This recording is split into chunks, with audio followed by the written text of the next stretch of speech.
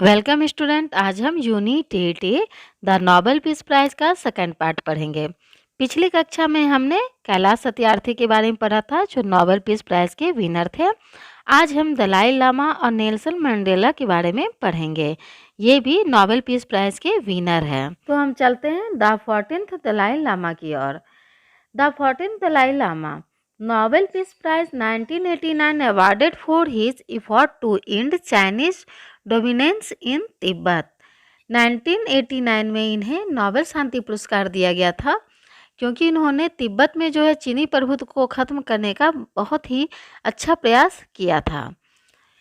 The 14th Dalai Lama was born as Tenzin Gyatso in Shanghai Province, China in 1935. He was of Tibetan parentage, and Tibetan monks visited him when he was 3 and announced him to be the reincarnation of the late 13th Dalai Lama.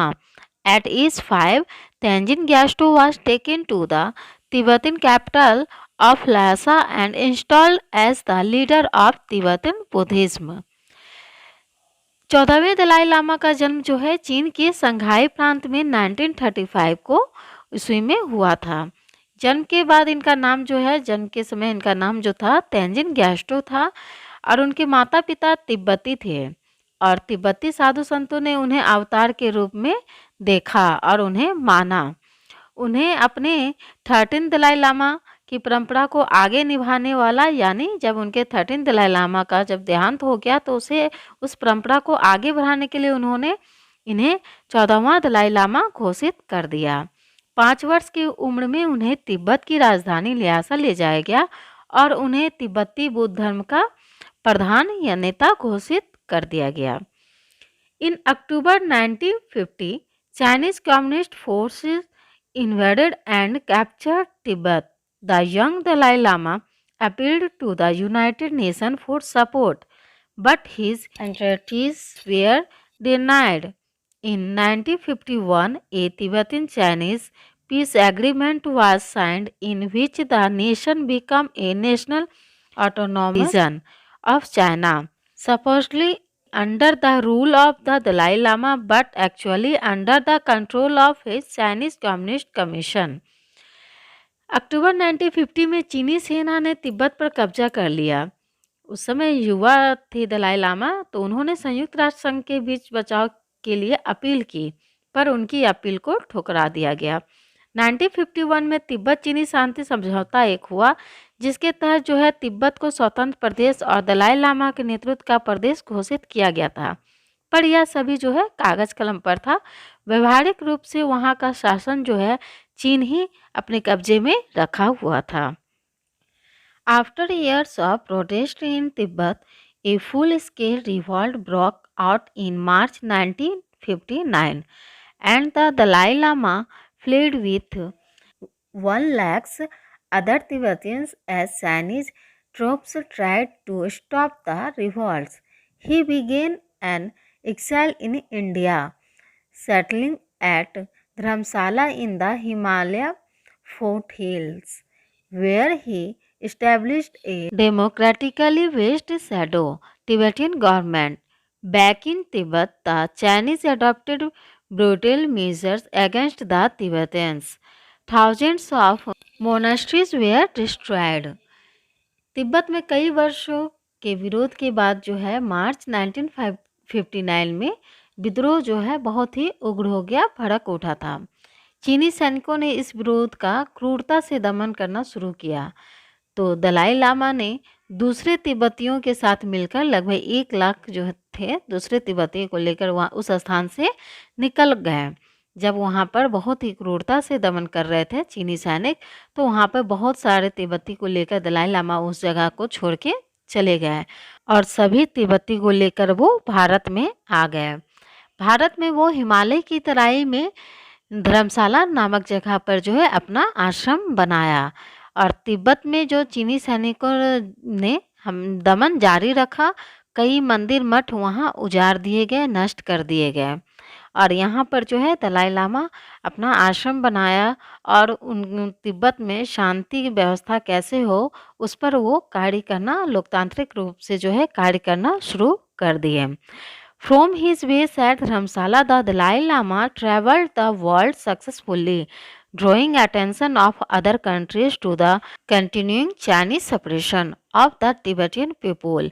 Major anti-Chinese riots broke out in Lhasa in 1987, and in 1988, China declared martial law in the region. Seeking peace, the Dalai Lama dropped his demand for Tibetan independence and called for a true self-governing Tibet. China rejected the offer. The following year, the Dalai Lama got the Nobel Prize for Peace. After more than 4 decades of exile, the Dalai Lama continues to travel publishing the Tibetan cause. धर्मशाला जो हिमाचल प्रदेश में था, वहाँ पर जहाँ शरण लिए हुए थे दलाई लामा, वहाँ रहते हुए भी जो है दलाई लामा तिब्बत की पीड़ा को विश्व के देशों में पहुँचाया और उनसे मदद की अपील की। वो हर देश में पूरे विश्व में का भ्रमण किया और सभी जगह जो है वहाँ के जो पीड़ा थी और चीन का जो दमनात्मक कार्य जो किया जा रहा था उसकी क्रूरता का प्रचार किया और वहाँ पर शांति व्यवस्था लाने की सभी देशों से अपील की ताकि वे चीन की जकड़ से तिब्बत को आज़ादी दिलाने में मददगार बन सके। वो सभी ऐसा इसलिए कर रहे थे ताकि चीन से जो है तिब्बत को अलग किया जा सके और वो आज़ाद हो जाए और तिब्बत की जनता को आज़ादी का हक उन्हें दिलाया जा सके। 1987 में चीनी सैनिकों के विरुद्ध तिब्बती लोगों ने कड़ा विरोध किया और आंदोलन शुरू कर दिया और 1988 में चीन ने वहां मार्शल लॉ यानी सैनिक शासन लागू कर दिया। अब दलाई लामा ने तिब्बत के वहाँ के लोगों को स्वतंत्र सरकार बनाए जाने हेतु आवाज़ उठानी शुरू कर दी। तब तक तो है वो से बोल रहे थे, उसके बाद वो जो है स्वतंत्र सरकार वहाँ बने उसके लिए वो आवाज़ उठाना शुरू कर दिए। 1989 में नोबेल शांति पुरस्कार पाने के 4 दशक मतलब 40 ईयर्स हो गया था बाद भी आज भी दलाई लामा जो है देश विदेश की यात्रा कर तिब्बती पीड़ा को जो है विश्व में फैलाने का पुनीत कार्य कर रहे हैं और उनका ये कार्य अभी तक जारी है और वो अब तक चाह रहे हैं कि तिब्बत में जो है शांति व्यवस्था हो, इसलिए उन्हें जो है नोबेल पीस प्राइज दिया गया था। तो ये दलाई लामा के बारे में था। नेक्स्ट है Nelson Mandela. Nobel Peace Prize awarded 1993 for his leadership and his anti-apartheid activism in South Africa.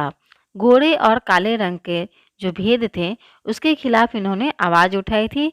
इसी को लेकर इन्हें नोबेल पीस प्राइज़ दिया गया था 1993 को। साउथ अफ्रीका के लोग को काले कहा जाता है और इंग्लैंड और अमेरिका के लोग गोरे कहलाते थे। तो ये गोरे और काले का जो भेद था और उस पर जो लड़ाई थी उस पर ये अपना कार्य किए थे जिसके लिए इन्हें नोबेल पीस प्राइज़ दिया गया था। Nelson Rolihlahla Mandela was born on 18 July 1918 in Transkei, South Africa. His given name was Rolihlahla, a Xhosa name meaning pulling the branch of a tree or informally troublemaker. Nelson Rolihlahla Mandela का जन्म जो है 18 जुलाई 1918 को ट्रांसकाई south Africa में हुआ था। South Africa का ट्रांसकाई नाम है जगह का, वहाँ पर नेल्सन का जन्म हुआ था। इनका पूरा नाम नेल्सन रोलिहलाहला मंडेला था और इनके नाम का जो है मीनिंग था pulling the branch of a tree, मतलब किसी भी वृक्ष का जो है ब्रांच तोड़ने वाला, या फिर इनफॉर्मली ट्रबल मेकर उपद्रवी या दूसरों के लिए परेशानी खड़ा करना या उपद्रव करना। Mandela's father died when he was 12. Mandela then lived with the local regent who sent him to school. He was the first member of his family to go to a school. He was expelled from Fort Hare University in 1941 because he led a group of students on political strike. After he was expelled, Nelson found a job as a night watchman. Nelson Mandela के father जो हैं वो मर गए थे जब वो मात्र 12 वर्ष के थे और Mandela then lived with the local regent who sent him to school, और वह जो है लोकल किसी गार्जियन के अंदर में रह रहे थे जिन्होंने उन्हें स्कूल भेजा। वह उस फैमिली के फर्स्ट मेंबर थे जो स्कूल गया। उन्हें 1941 में एक्सपेल कर दिया था फोर्ट हायर यूनिवर्सिटी से, क्योंकि उन्होंने जो है स्टूडेंट के साथ मिलके समूह बना के एक हड़ताल में शामिल हुए थे, हड़ताल किए थे, जिसके बाद उन्हें एक्सपेल्ड कर दिया गया, निष्कासित कर दिया गया था कॉलेज से। तब उन्होंने जो है एक जॉब जो है वो ढूंढना शुरू किए। वो कौन सा जॉब था? तो नाइट वॉचमैन का, रात्रि में जो है रात्रि प्रहरी का जो है काम वो ढूंढे। In 1944, Mandela helped to start the African National Congress Youth League. Mandela took exuma place on the ANC National Executive in March 1950, and that same year was elected the national president of the ANCYL. 1944 में Mandela जो है वह African जो है national Congress youth league की स्थापना में जो है स्टार्ट करने में मदद किए थे, और एएनसी अफ्रीकन नेशनल कांग्रेस की जगह जो है एक्जुमा ले लिया था, और वो मार्च 1950 में उसी वर्ष जो है वो national president of the ANCYL मतलब African national Congress youth league के जो है वो प्रेसिडेंट भी चुने गए। In March, the Defend Free Speech Convention was held in Johannesburg, bringing together African Indian and communist activists to call a May Day general strike in protest against apartheid and white minority rule. Mandela opposed the strike because it was multi-racial and not ANC-led, but a majority of black workers took part, resulting in increased police repression and the introduction of the Suppression of Communism Act 1950, affecting the actions of all protest groups. Nelson Mandela जब जो है president चुने गए African national Congress youth league के, तो उसके बाद उन्होंने एक जोहान्सबर्ग में डिफेंड फ्री स्पीच का एक अधिवेशन बुलाया, जिसमें सभी थे अफ्रीकन इंडियन और साम्यवादी कार्यकर्ता, सभी उसमें शामिल थे। ये सभी जो है मे डे के दिन जनरल स्ट्राइक करने के लिए एकजुट हो जाते हैं, और इनका मेन मकसद था अपार्थाइड मतलब रंग भेद के खिलाफ जो है आवाज़ उठाना। मंडेला ने इस स्ट्राइक का जो है विरोध करना शुरू कर दिया, क्योंकि यह स्ट्राइक बहुराष्ट्रीय था, ना कि ANC लीड का था। परंतु इस स्ट्राइक में जो है इस आंदोलन में जितने भी ब्लैक वर्कर थे सभी ने हिस्सा लिया था, और यह जो है बहुत आगे बढ़ चुका था, लेकिन इसे बहुत ही दमनात्मक रूप से इसे जो है ख़त्म करने का प्रयास किया गया था। और 1950 में जो है उन छोटे छोटे ग्रुपों पर भी असर होना शुरू कर दिया था, जो अपार्थाइड के खिलाफ जो है आंदोलन करते थे, रंग भेद के खिलाफ आंदोलन कर रहे थे। In 1952, the ANC began preparation for a joint defense campaign against apartheid with Indian and communist groups, founding a national voluntary board to recruit volunteers. The campaign was designed to follow the path of non-violent resistance influenced by Mahatma Gandhi. 1952 में जो है फिर से एक तैयारी शुरू की गई ज्वाइंट समूह के साथ, और ये सभी जो है रंग भेद के खिलाफ आवाज़ उठाते थे। इनमें जो है इंडियन और साम्यवादी कार्यकर्ता का ये ग्रुप था, और ये जो है एक बोर्ड की स्थापना किए थे, नेशनल वॉलेंट्री बोर्ड की स्थापना किए थे, और जिसके तहत इन्होंने बहुत सारे वॉलेंटियर को की वैकेंसी निकाली थी, और सभी की जो है इसमें बहाली वो किए थे। इनके आंदोलन जो है वो अहिंसा पर पूर्ण रूप से निर्भर था, क्योंकि इनके जितने भी कार्य थे वो सभी जो है महात्मा गांधी के का प्रभाव उन पर था। Some supported this for ethical reason, but Mandela instead considered it programmatic At a Durban rally on 22 June, Mandela addressed an assembled crowd of 10,000, initiating the campaign protest for which he was arrested and briefly interned in Marshall Square prison. कुछ लोग जो है नैतिक reason समझ के जो है वो इसमें आए थे, परंतु मेंडल जो है उसे व्यवहारिक रूप से समझ लिए थे। 22 जून को जो है वो एक बहुत ही 10,000 की भीड़ लेके जो है इनके विरुद्ध जो है आवाज़ उठाए, जिसके कारण इन्हें अरेस्ट भी किया गया और कुछ समय के लिए इन्हें जेल भी जाने पर जेल में भी रहना पड़ा। These events established Mandela as one of the best known black political figures in South Africa. In September 1953, Andrew Kunene read out Mandela's No Easy Walk to Freedom speech at a Transvaal ANC meeting. The title was taken from Kyoto by Indian independence leader Jawaharlal Nehru, a seminal influence on Mandela's thought.